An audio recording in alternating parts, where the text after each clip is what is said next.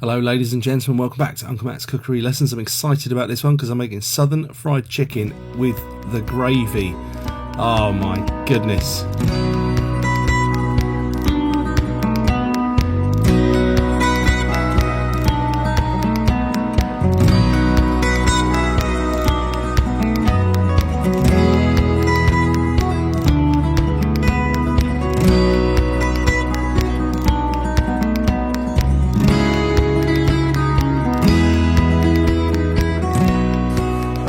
In this recipe, this Englishman is going to be attempting to make something quite scary. Southern fried chicken, not KFC.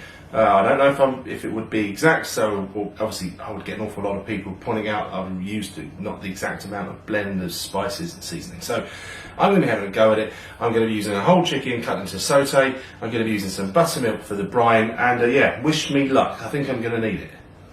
Alright. Let's get started, shall we? So, mixing together our spices. You will see lots of different recipes.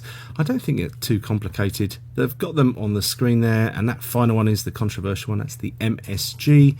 Feel free to not use that if you don't want to, but it's really, really nice. Got those nicely whisked together, and that's it. That's that bit done. Okay, preparing the chicken. So I'm just taking off the wing tips there. All the trimmings that come off this are going in the gravy. Now normally when I have done a southern fried chicken, or let's occasionally call it KFC, you know the one we're talking about, I just use chicken legs because that's my favourite bit. I just use drumsticks and thighs and they're lovely. But I thought, okay, let's try to do the traditional one. You can obviously take the rest of this recipe and not do this bit. I wouldn't blame you if you don't, because actually the legs are better anyway. But taking off the legs, you cut through the skin, you get around that oyster meat there, and you whip off the leg. Again, show you from that angle, through the skin, underneath the oyster meat, so dislocate, and then keeping your knife pressed against the carcass, just follow the carcass along until your other leg is removed. Normally now, if you're cutting up chicken, you just take the breasts off, wouldn't you? But slightly different this time. We want every single piece of chicken to be on the bone. That way, obviously, they taste nicer when they're cooked, and they should have a similar cooking time. So we're taking out pretty much the backbone there, that way. I've seen other methods where people turn it the other way around and do it with a pair of scissors. Either way, but I just cut at 45-degree angles in there. It's being a little bit tricky with me. I think the last time I did this was 1995 at Western-super-Mare Technical College when we were making coq au vin, and I haven't done it since, so a little bit rusty. But there you go. That's where I did my my 1 year's college course. You learn more in the trade, folks. Anyway, so taking off the breast now. So you can see what I'm doing there. I'm leaving a massive amount of breast on there. So I'm trying to take half the breast meat of one side along with the wing bone. So you sort of follow the line to where the wing bone socket meets the rest of the chicken. And I've got it a bit better, that one. A bit smoother. There you go. Nicely through the socket. So that's the two ends, outside parts of the breast removed. Now we've got like the crown bit, but we've still got some rib cage on there. So let's just whack that off. Again, all those trimmings. That's your stock for the gravy. Amazing stuff. I will add a link to my brown chicken stock recipe. I think you might like that one. Now what I'm doing here is I want to cut this across, you see, but if I go too far to one side, if I go directly in the middle, you'll have uneven portions because one end is a bit thicker than the other. So I've gone a little bit further to one side than the other. I think the camera angle didn't do that justice there. And now it's time to cut these legs in half to separate the thighs from the drumsticks. If it didn't go through straight away, give it a little wiggle. You'll find the socket. There's a little fat line that helps you find it. This time, just like butter, right the way through. So there we have 2 pieces of thigh. That's my favourite bit. 2 pieces of drumstick. And we've got 4 bits of breast. We've got 2 of the middle part and 2 with the wing attached to it. And now it's time to marinate these. That is buttermilk. If you can't find buttermilk, you can always make some. I'll put a link to my butter recipe if you like. And the byproduct of making your lovely butter is buttermilk. Otherwise, you could use a bit of milk, put a bit of lemon juice in it to thicken it slightly. And I have in the past used yogurt when I've done this, and it's been absolutely delicious.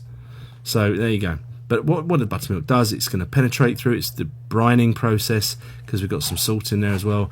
And also just it tenderises. Very nice. So there we go. 4 to 6 hours in the fridge, or maybe overnight, to get all nice and marinated and brined.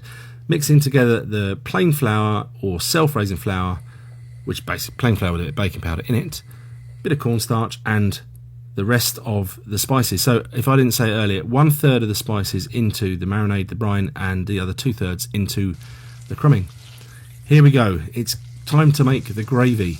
We're starting with a roux. So I've got some unsalted butter there, in with the flour. Give that a stir. I normally do this on a really low heat. I've got the heat a little bit higher because I'm happy. I actually want to get a slightly blonde roux, meaning a little bit toasty. So here is my lovely homemade brown chicken stock. And when I make mine, I really heavily reduce it because I freeze it in little bags. It takes up less space. So it's really, really quite concentrated. So by all means, if yours lacks a bit of flavour, put a beef stock cube in it. I won't tell anybody, okay? It'll make it taste really nice, I promise. In fact, you could just use stock cubes if you like, and just with the roux to get all nice and thick. Get that in there bit by bit with the stock.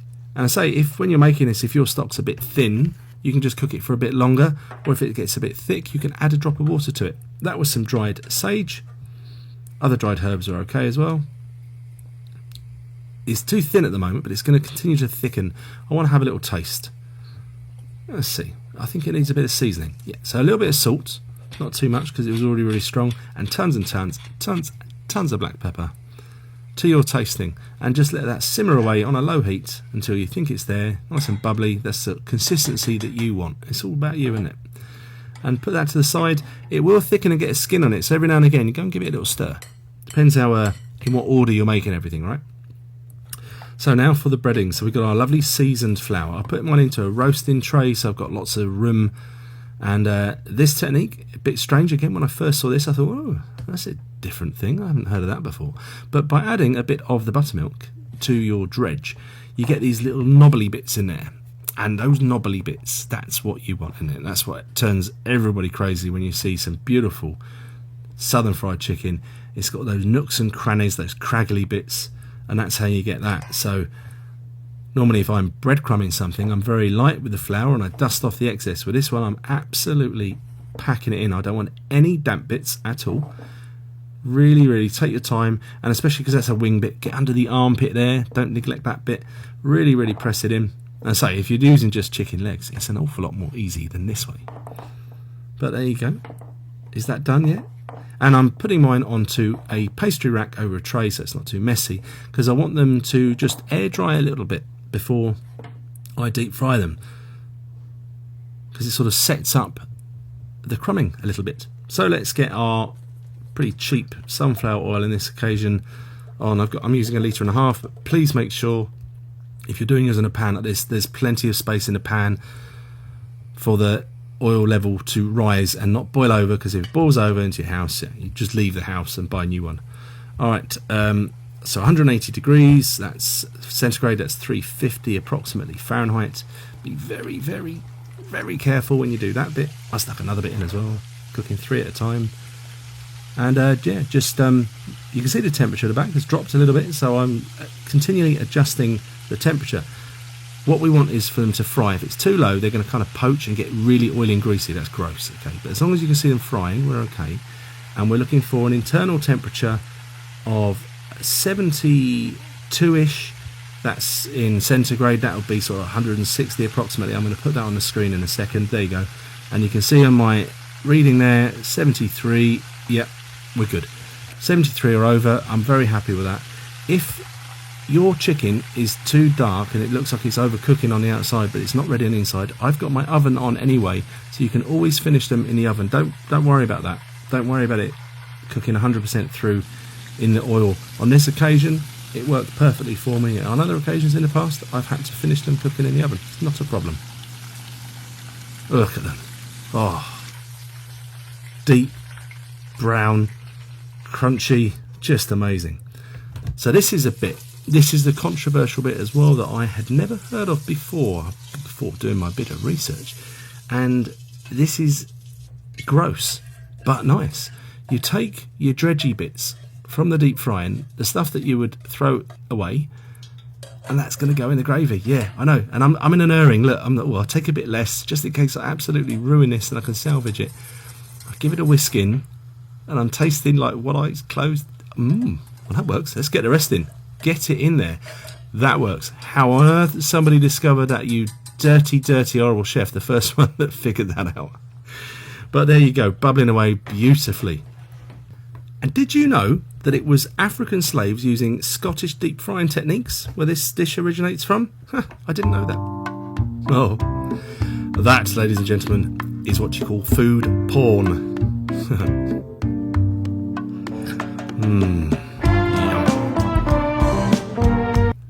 Anyway, so I'm going to finish off this little platter. Got some chips there, some corn on the cob, pour in some gravy into my dish there, and look at that gravy, just the right texture.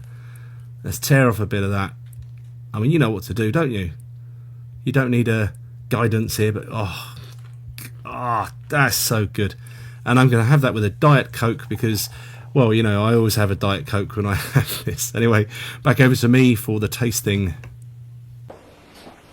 Plastic straw. Okay, my southern fried chicken feast is ready, and I'm really excited. I've already had a little taste, so let's try a bit of drum, shall we? Oh, wow, that's that flavour. Burning my fingers. That's normal as well. In my gravy, and that gravy's great. I was really worried about adding the dredges from the frying oil because I thought they just seemed absolutely rank and disgusting, but rather nice. Well done, America. And we're going to dump one of these not particularly traditional chips in my gravy as well, and the gravy's a winner. And the chicken is spectacular. Give my southern fried chicken recipe a go. I think you're going to love it. And catch you in the next video. Coming real soon. Bye.